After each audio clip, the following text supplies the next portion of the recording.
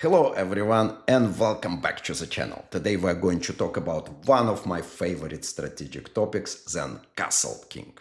Now you might be thinking that the main idea in this case should be simple. Just open the center and attack. And this is true in many cases. In fact, we already have a video on our channel giving you several examples of such straightforward attacks. The video is called Attacking the Uncastled King. But what happens when there is no immediate attack? How do you exploit that uncastled king when the position is quiet? That's what we will explore in today's video. We will look at how to patiently improve our pieces and find weaknesses in the opponent's position, slowly increasing the pressure. And of course, we will look for opportunities to open the center at the right moment to deliver a decisive blow. Let's get started by looking at the position on the board. It's black to move, and the black king is stuck in the center because it had already moved to the d8 square earlier. Black cannot castle by the rules. Black rooks are not connected, and black piece coordination is disrupted, resulting in long-term strategic advantage for white. However, white cannot immediately create tactical threats and just win by force. Such a position requires patience and long-term strategic thinking, which the grandmaster playing white demonstrated well in this game. Now let's look at the beginning of this game to see how black got stuck with the uncastled king.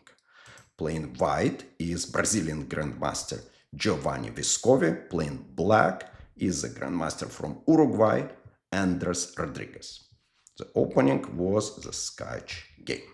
This is the start of the Scotch game, which is a solid positional opening with a long chess history. The opening takes its name from the correspondence match between the Edinburgh and London chess clubs, played a while ago in 1824, in which the Scottish players won the game with white and the opening was named in their honor. Okay, many modern grandmasters play the Scotch, such as Magnus Carlsen, Fabiano Caruana, Wesley So, Nepomniachtchi, Morozevich, Ivanchuk, Rublevsky, Rajabov. From the world champions, Garry Kasparov used it the most, playing the Scotch for almost a decade. Okay, main moves were played. And this straightforward play with the trade of the central pawns gives white favorable pawn structure, because it still has a central pawn on e4. White has a space advantage and many open lines to develop its pieces quickly. The price paid for it is the second move with the already developed knight taking the pawn. At the moment, both sides developed one minor piece each, but it's black to move. In other words, black should have some initiative after its next move, such as knight f6 or bishop c5, two main lines here. However, white tries to prove that this initiative is not dangerous, and white's long-term strategic factors, such as the space advantage and control of the center, should be more important in the long run. Okay, black didn't play main lines here. Queen h4 was played. A tricky but suspicious move, starting the Steinitz variation, named after Wilhelm Steinitz, the first world champion who used it in some of his games. Black tries to attack immediately by bringing its queen to aggressive position, aiming at the e4 pawn and f2 pawn. Still, this move should be classified as one of the common opening mistakes, moving the queen out too early. White needs to play exactly here. Let's say if white simply takes knight, this would be a mistake. Black will play intermediate check and then retake knight. Let's say white castle, bishop develops. This would be objectively a bit better for black. White still has compensation for lost pawn, but this is wrong play. So in this game, white played correctly. Knight c3, developing and protecting central pawn. Okay, black played logical move bishop b4, pinning and attacking pawn again. Here black should be careful. If they play something wrong, they immediately can get in trouble due to misplaced queen. Typical mistake would be knight f6. Now queen cannot go back and white can use it. For example, knight f5 and white is winning. Let's say if queen h5, bishop attacks, and bye-bye queen. No more queen here. Queen is trapped. Another typical mistake would be to play bishop c5. This is typical move in Scotch, but queen is misplaced. Let's say bishop e3, and if black tries to develop knight to f6, again the problem. Let's see what happens. We play knight f5, which is discovery attack, simply winning bishop. Let's say black tries to play knight e7 and cover the square, so knight cannot just easily play to f5. There is another discovery attack here. Instead of playing knight f5, we can play knight f3, attacking queen and attacking bishop. And if queen tries to hold and play queen h5, then we'll play g4, removal of the guard. We're attacking queen and winning bishop here. Let's say queen takes, and we take on c5, upper piece, white is winning. But all this didn't happen in this game. So black played normal, bishop b4. Okay, bishop e2. The main line, white ignores the threat to the e4 pawn and continues development.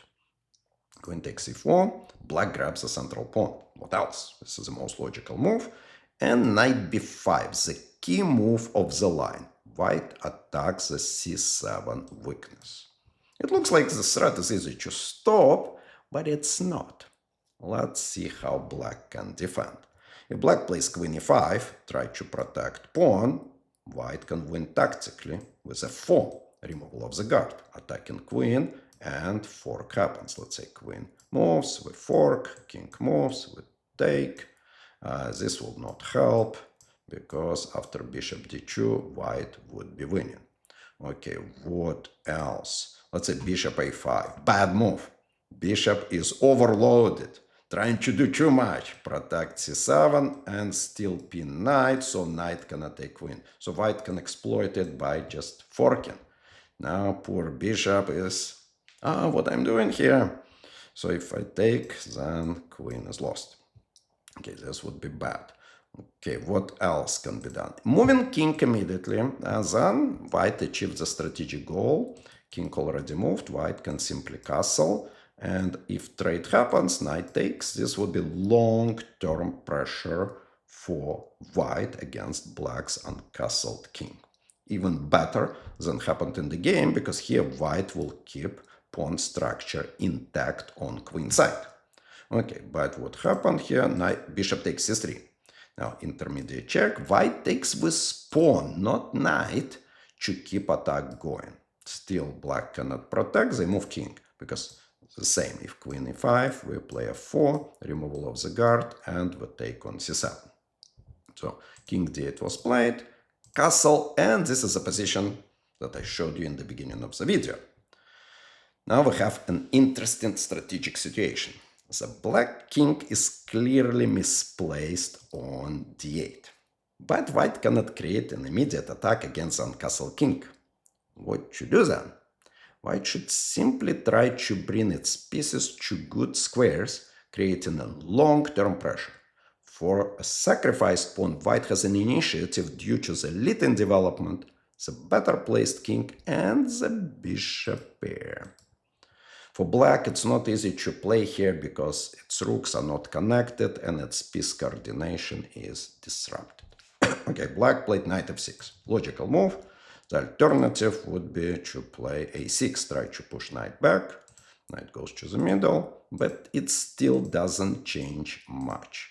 After a series of logical moves, the strategic situation is the same. White still has long-term pressure on black's position due to the misplaced king sitting on d8. So black played knight f6. Okay, rook e1, white improves the rook. The alternative would be to play knight d4. Let's say knight takes, pawn takes, and after rook e8, bishop f3. Let's say queen moves somewhere, c4, and the same strategic situation. Not much changed, long-term pressure by white due to the misplaced king. Okay, rook e1 was played, rook e8, bishop e3, logical move. Actually, engines don't like it. because maybe line is blocked or something else. Engines show as bishop g5 as the strongest move, but I like this move. White simply develops and not easy to play by black. d6 was played. Okay, here if black tries to push the knight, this bishop comes handy. White has tactics. White can play knight d6, deflecting the pawn, forking at the same time. So if pawn takes knight, now we have check. And then bishop f3, pinning on a file and immediately winning the game. So a6 would be blunder here for black. They cannot push knight back. So d6 normal move. Rook b1, improving the rook. Now with the white rooks on open files and the bishops looking at the queen's side, it's difficult for black to figure out upcoming tactical threats. Humans, even grandmasters, don't usually play well in such positions because the defense is difficult when too many things can happen. Only angels can handle the defense in such situations well. Okay, black played bishop d7, check move c4. White is ready to open the d file at some moment. So playing c5 and opening the line. Knight e5, human move, engines don't like it. Black is trying to counterplay on king's side. They're trying to do something here. Okay, engines say that black should just stay, play something like b6, king c8, which is not changing position strategically, just make it game longer. Okay, knight e5, c5. The attacking pawn move creates more problems for black as the d file might get open soon. Bishop c6. Ooh, checkmate in one move. Threatened. Bishop f1. The only move, but black's position still is difficult. Black didn't achieve much with the threats because the black king is in a way more danger than the white king. Queen g6. Threatening knight f3. Knight d4. Now covering. Knight covers, also attacks bishop. Now the black tactical threats are stopped. And black still has the same strategic problems with the misplaced king. Okay, bishop d5 was played. Now white threatens to open the d file with the trades on e5. Okay, knight fd7 and bishop g3 was played. Now black takes the second pawn. Okay, they can try to take other way, but then they might lose this bishop. Let's see. If they take with knight, we trade on e5 couple times, and that's it. This bishop would be lost here. Let's see if intermediate move played. We also queen d6. We can trade queens and win, but stronger queen takes b3, and we're attacking still against opponent's king and winning by material.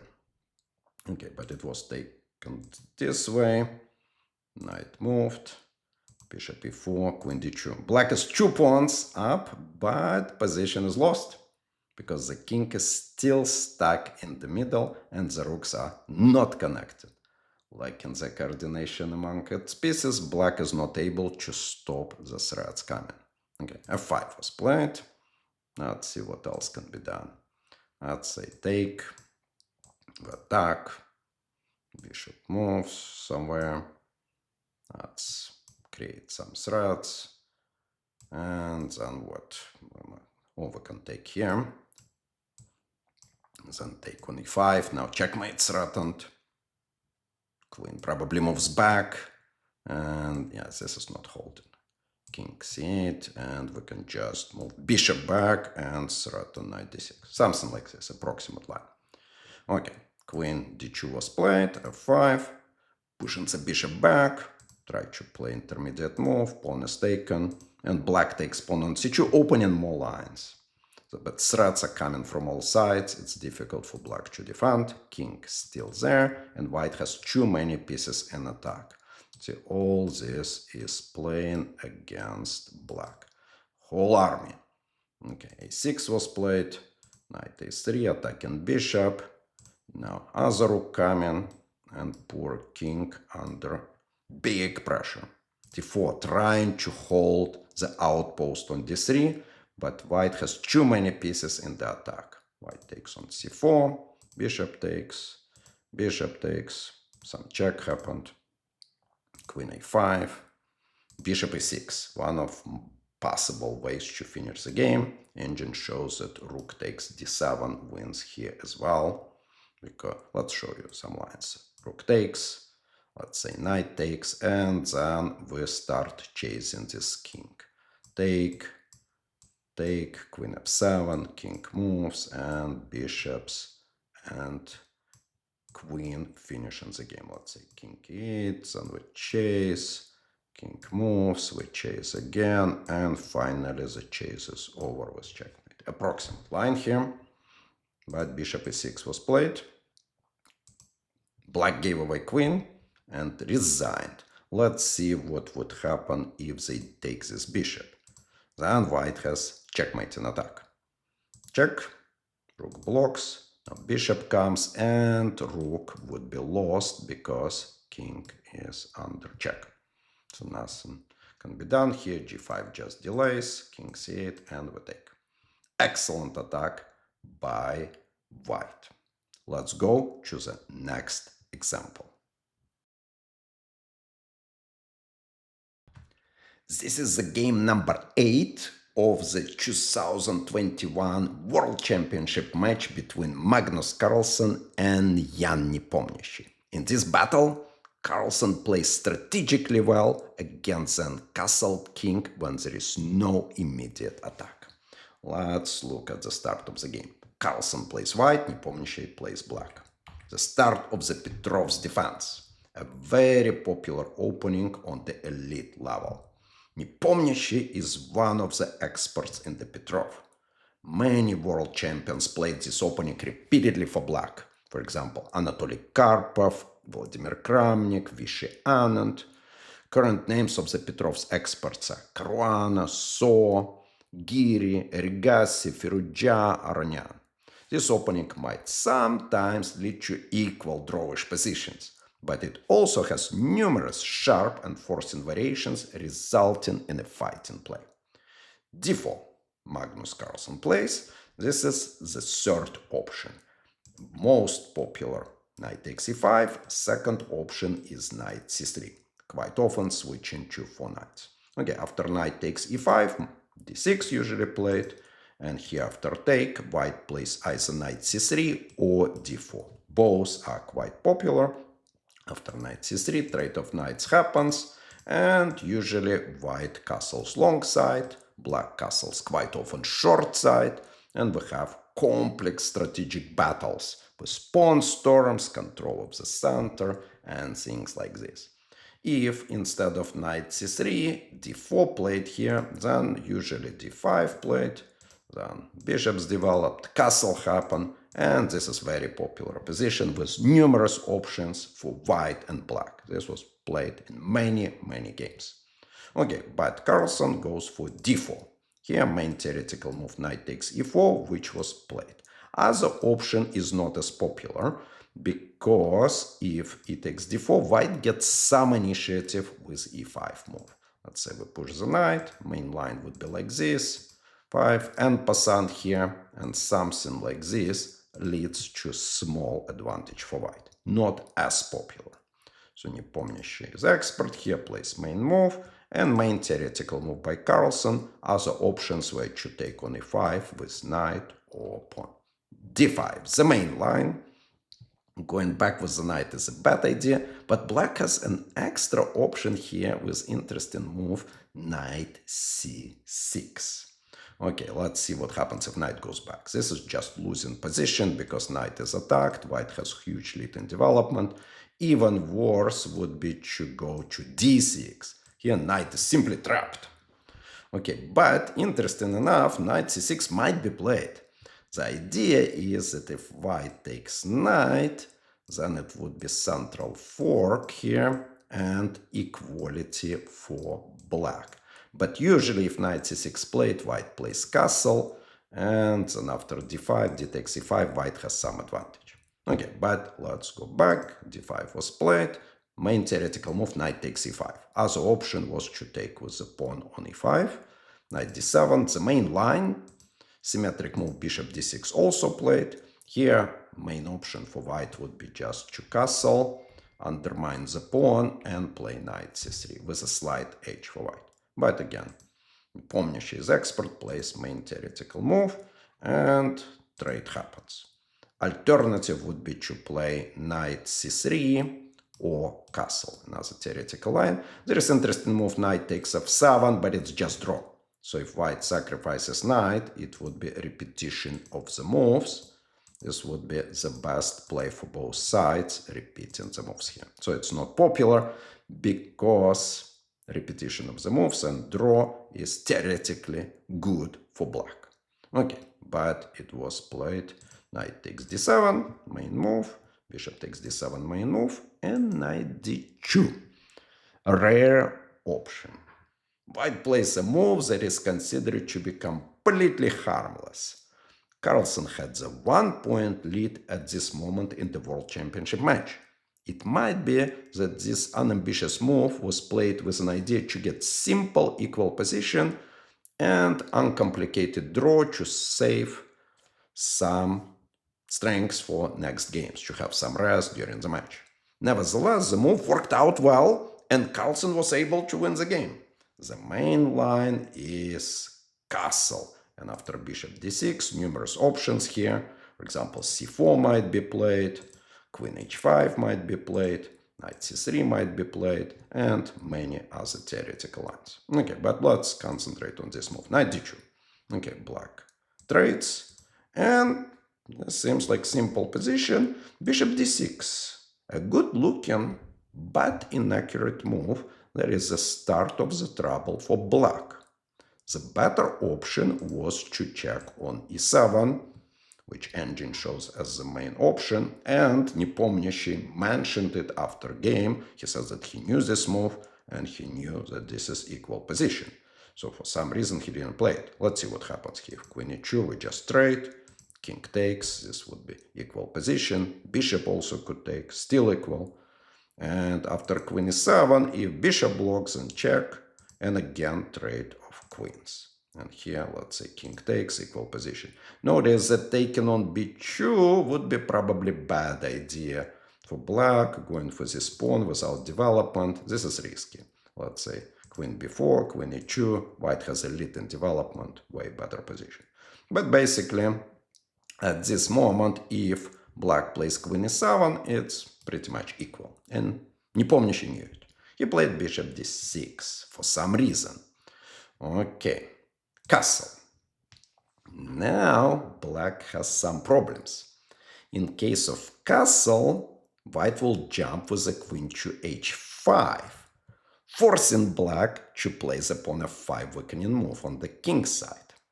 So Nepomniachtchi, after thinking a while, played h5 here. But let's see what happens after castle. After castle, queen h5, threatening checkmate and threatening pawn on d5. So f5 more or less needs to be played. But now these two squares are a bit weak and white has long-term pressure, avoiding trade of queens and then just playing it for a long while. Again, not as big advantage, but still quite unpleasant position for black long term. So instead of going here, black plays h5. Okay, now queen e1. Unusual move here, unusual. Queen checks on e1. Normally we see check with the rook or check with the queen, and we don't need to check at all, because white has clear alternative here. White can play c4, try to open the line. So after thinking even longer than Nepomniachtchi on the previous move, Carlsen plays a very safe option with his queen e1 that should result in completely equal position if black responds with queen e7. It's very likely that situation with a 1-point lead in the match was an important consideration here. The first move, of course, to consider was c4, playing aggressively against the uncastled king. The engine confirms that this was the best option for white, and Carlsen obviously saw it. It might be that in addition to the match situation, Carlsen was not sure at this moment if Napa really made a strategic mistake or played bad preparation, trying to get him to some unclear, complicated position that might not be easy to play without analysis. Anyway, Queen e1 was played, and now King f8. This is again mistake. So maybe psychological mistake. Black has simple move Queen e7, which should result in equal position. Let's say trade, King d8 should be draw, uncomplicated draw. But maybe at this moment Nepomniachtchi trying to play for a win. Plays King f8 and goes to play without castle. Now, from this moment, the game is not easy for Black. Carlsen doesn't have any immediate attack to exploit the misplaced king, but the long-term situation is favorable for White. Anyway, because it's difficult for Black to play with his piece coordination disrupted. Okay, bishop b4.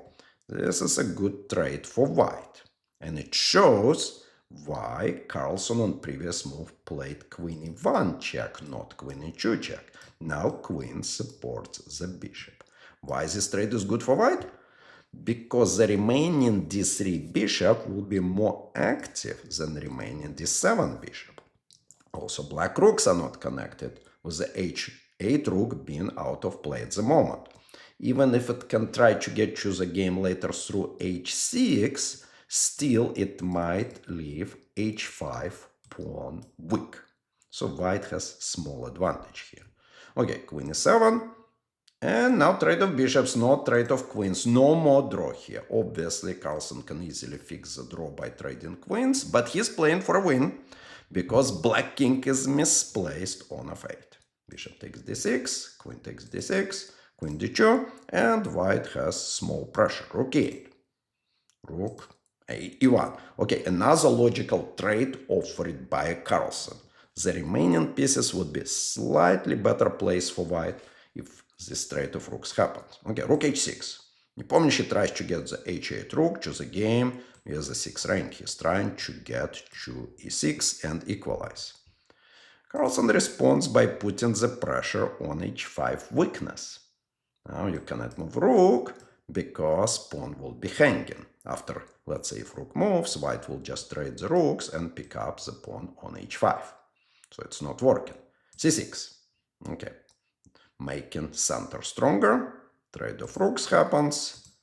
Rook e1 check. Again, pawn on h5 problem. And queen f6. Offering trade. And obviously White is avoiding trade of queens, because such trade would immediately equalize the position. So queen e3. Okay, bishop d7. It was threatened checkmate in one move. h3. Taking g4 under control. Again, nothing special happens here. White piece is a little bit better placed, but by engine it's very, very close to equality. Small edge for White. Still not easy to play for Black. Okay, h4, very logical move. When you have bishop on light squares, you try to put pawns on dark squares. This is typical idea. Okay, c4. Carlsen opens a position trying to get some initiative because the rook on h6 a bit out of play. Okay, bishop takes c4, everything looks fine, and blunder. Out of nowhere, Nepomniachtchi blunders with this b5 move. Why it's a blunder? Because queen a3 intermediate check was missed with idea to take on a7 and attack bishop on d7. Basically, Black is losing on pawn. If we look at this position and notice this queen a3 idea, then of course we can figure out what to do for Black. For example, king g8 would be normal move, a6 should be normal move, queen d6 stopping the check should be normal move. Tons of options. Still, White a little bit better everywhere. And after b5, of course, Carlsen finds this intermediate check. So simply winning a7 pawn. It's a very, very simple tactics for such high level of play, which illustrates that the defense of a simple slightly worse position is not easy if opponent such as Carlsen puts a long-term pressure on you. Okay, king g8 was played. Alternative would be to play queen d6. This leads to a bit more complicated position. Still pawn is taken, but now black has some play on king side. Okay, but queen e3, king g8 was played. Queen takes, and going on defense, passive defense here. Alternative was to play bishop takes h3, going all in. It's not working, but it will make game a bit more complicated here. Carlsen needs to calculate correctly. Let me see what can happen here.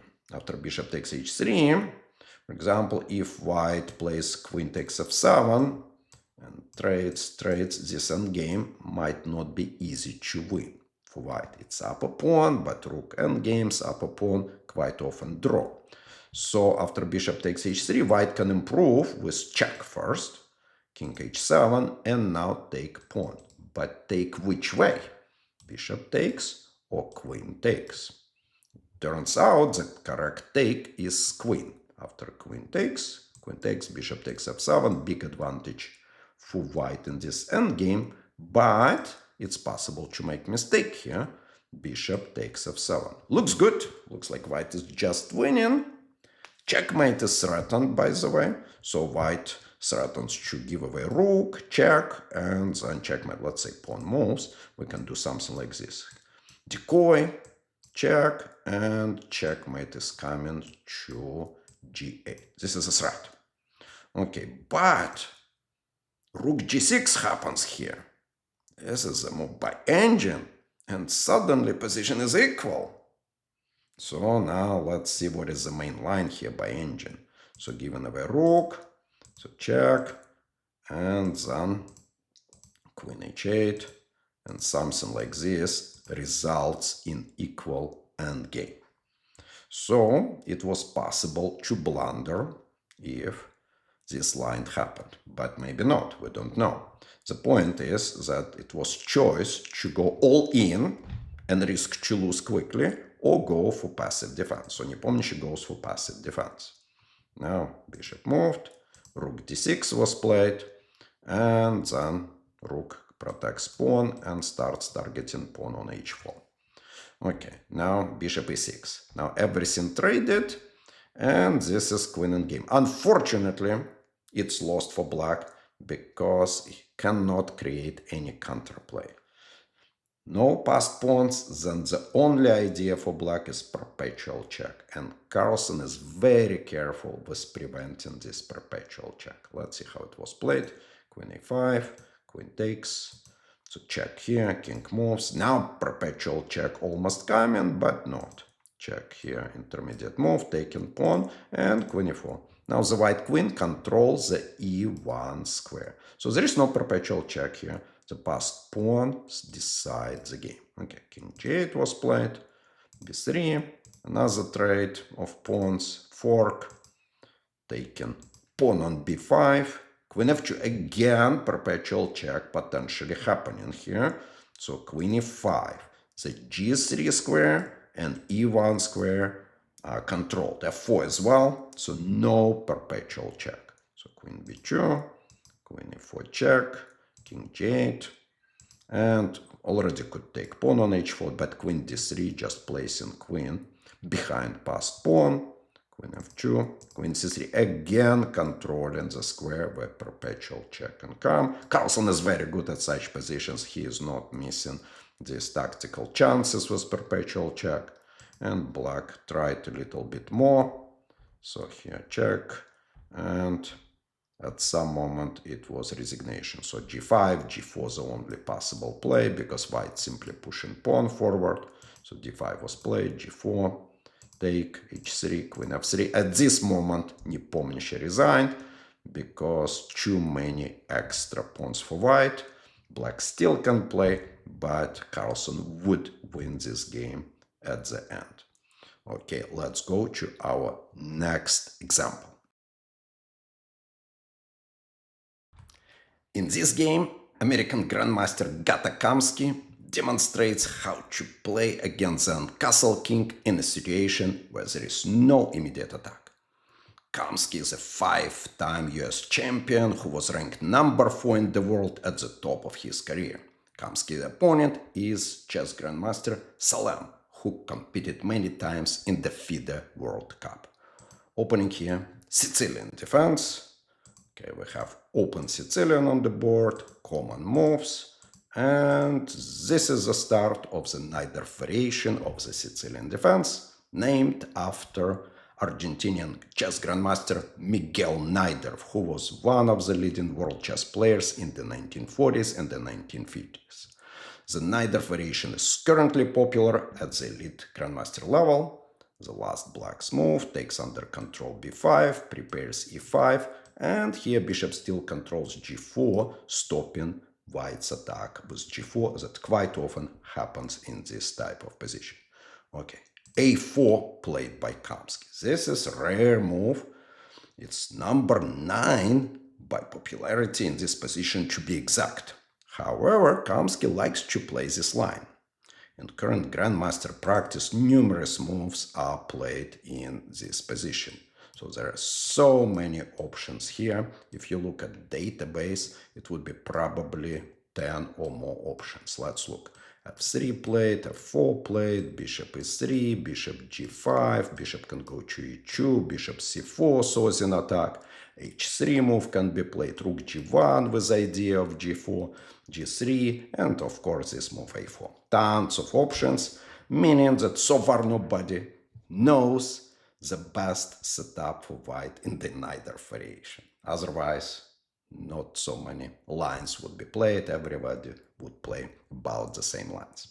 Okay, a4, one of the moves, and black plays logical move knight c6, which is one of possible moves for black. Black can play many options here as well. They can play e6, they can play e5, they can play g6, they can play b6, many moves here. Okay, knight c6, logical move, and a5. This is the idea. Kamsky likes to play this line. This interesting pawn sacrifice was first played by Kamsky himself against Topalov in 2011. At the moment of this game, the idea was already known. So, black takes a pawn. Salem accepts the sacrifice. In the original game, Topalov refused. He played e6, refusing to take the sacrificed pawn. After a5, Topalov played e6, and let me show you a couple moves here. It was taken, bishop d3, bishop e7, castle, bishop f4, and eventually game resulted in a draw, but Kamsky had a small advantage for a while. Okay, here the challenge is accepted, pawn is taken. Knight d5, this is the idea. White starts immediate attack in the center, and on the queen side, where dark squares are somewhat weak. So now what should do for black? Black plays natural move e6, which is a mistake. That's what Kamsky wanted to achieve. Correct play was knight c6 back, and after take, should take with e-pawn, separating pawns, but then black will have safe king after bishop e7 and castle. Here white will obviously have compensation for lost pawn, but position more or less leveled. Okay, if black tries to take pawn on e4, it would be not good, because white will immediately start attack. Let's say queen attacks knight, then attacks other knight, and here it would be tough position because dark squares are very weak. Let's say knight c7, queen c3, and basically game finishes here because of the spin. Let's say e5, f3, and we can just pick up extra piece. Okay, but e6 was played, and now trade on f6. That's the main idea of the gambit. Black is forced to take with the pawn. No take with the queen, because queen protects knight, which is attacked by rook. So you cannot just go and take with the queen. If you try to take with the queen, you simply lose a knight, game over. So after knight takes f6, g takes f6 is forced. Okay, bishop d2, attack knight, knight more or less needs to go back. Trade happened, and white develops. This is the type of strategic situation that Kamsky tried to achieve with his gambit. Black has a king that is stuck in the middle, because castling either way would put the king in danger. On king side it's open, and on queen side it's open. However, white has no immediate attack because numerous black pawns are shielding the king. The strategy for white here is to improve his pieces onto optimal squares. It is also important to identify any weaknesses in the black position that can be exploited. For example, the a6 pawn is a potential weakness for black here.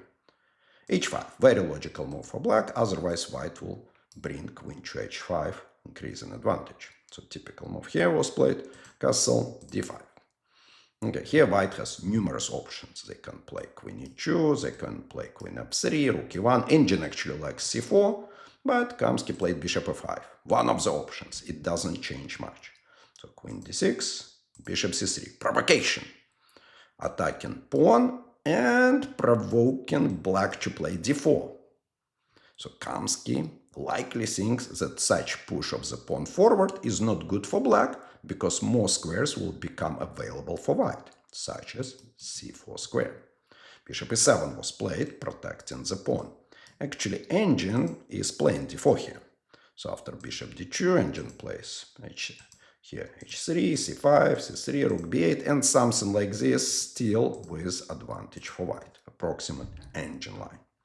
But Salam decided not to push, not to create weakness on c4. Bishop e7, rook a4. Kamsky starts a build-up against the a6 pawn. So queen can come, other rook can come, then everybody will attack this poor pawn. Okay, e5, the center, queen e2. Bishop g4, trying to provoke some weakness here, and retreating bishop. So king h1. Instructive moment. Here engine plays f4, and the lines are quite complicated, claiming that white has advantage, which is correct, but Kamsky plays prophylactic move. White doesn't hurry. Instead, the white king is placed in a better position, restricting any future tactical threats. Okay, I like the moves that Kamsky played because it looks logical. We shouldn't be in a hurry here because black cannot do much. Any active play by black will only create tons of weaknesses that white should be able to exploit. Okay, h4 was played, h3, we need to stop this pawn from advancing, rook g8. Okay, rook f a1. Engines play this position differently. They still say f4 should be played. Okay, rook f a1. Kamsky simply builds up against the weakness, keeping advantage. Queen b8. b4, another instructive move. Here it looks like that's it. Pawn is lost, we can just take a pawn. But before taking pawn, Kamsky takes under control c5 square. It looks like, why? Why do you need to take c5 under control? Because black potentially has counterplay. Let me show you what might happen. Let's say we take pawn immediately. Take, and black has interesting move, bishop takes h3, sacrificing a piece.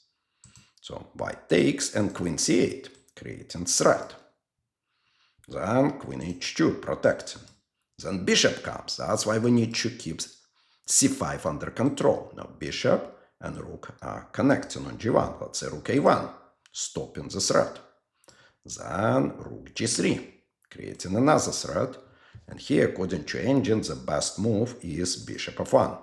Now black gets the queen. Black is not winning game, because white has too many pieces for the queen, but still, because white king is open, the game likely be some perpetual check at some moment. It's objectively close to equality. That's why, to prevent such counterplay, with sacrificing bishop, bringing queen, bringing bishop, white plays b4. Prophylactics, prevent threats before they happen. Okay, bishop d7, and now Kamsky takes pawn. So rook takes a6, Let's, for comparison, see what happens if black sacrifices here. They played queen c8 in the game, but let's say they take on h3. Then we take queen c8. Now queen attacks, we play here we can play king h2 actually, rook g3, then we protect this way, and now no move here. If black tries c5, we can attack from this side. Then we can squeeze the rook back and white is winning. So basically, bishop takes h3, not working. Queen c8, creating threat to sacrifice on h3. So queen f1, stopping it. Another way to stop was to play king h2, bishop d8. Bishop e1, now targeting the weak pawn on h4. Rook protects the weak pawn. Bishop regroups, now bishop looks this way, also targeting the pawn, tying up rook to the defense of the pawn. d4, now bishop is locked, but c4 square goes under white's control. King h2, another preparation move. Before doing something else, pawn is overprotected. Very strong prophylactics plays here, prevent the threats. Bishop c7 was played, and b5. Now white is ready to break through. So take, and king e7. Now bishop e1. Bishop goes to attack king. King runs, trade here, and material advantage for white finally. Just one pawn, but white still plays against the king. The problems are not over. It's a pawn up and still play against the king. Rook h5 was played. Now queen activates. Okay, king comes, bishop. Now trying to control h6 square, where rook can come. Bishop d8 attacks rook, rook d6, and rook c6. Now rook h6. Trade of rooks will let white get to the remaining black pawns. So it would be quite easy win for white. Rook g5. Giving away rook for bishop. Refused. Again, instructive moment.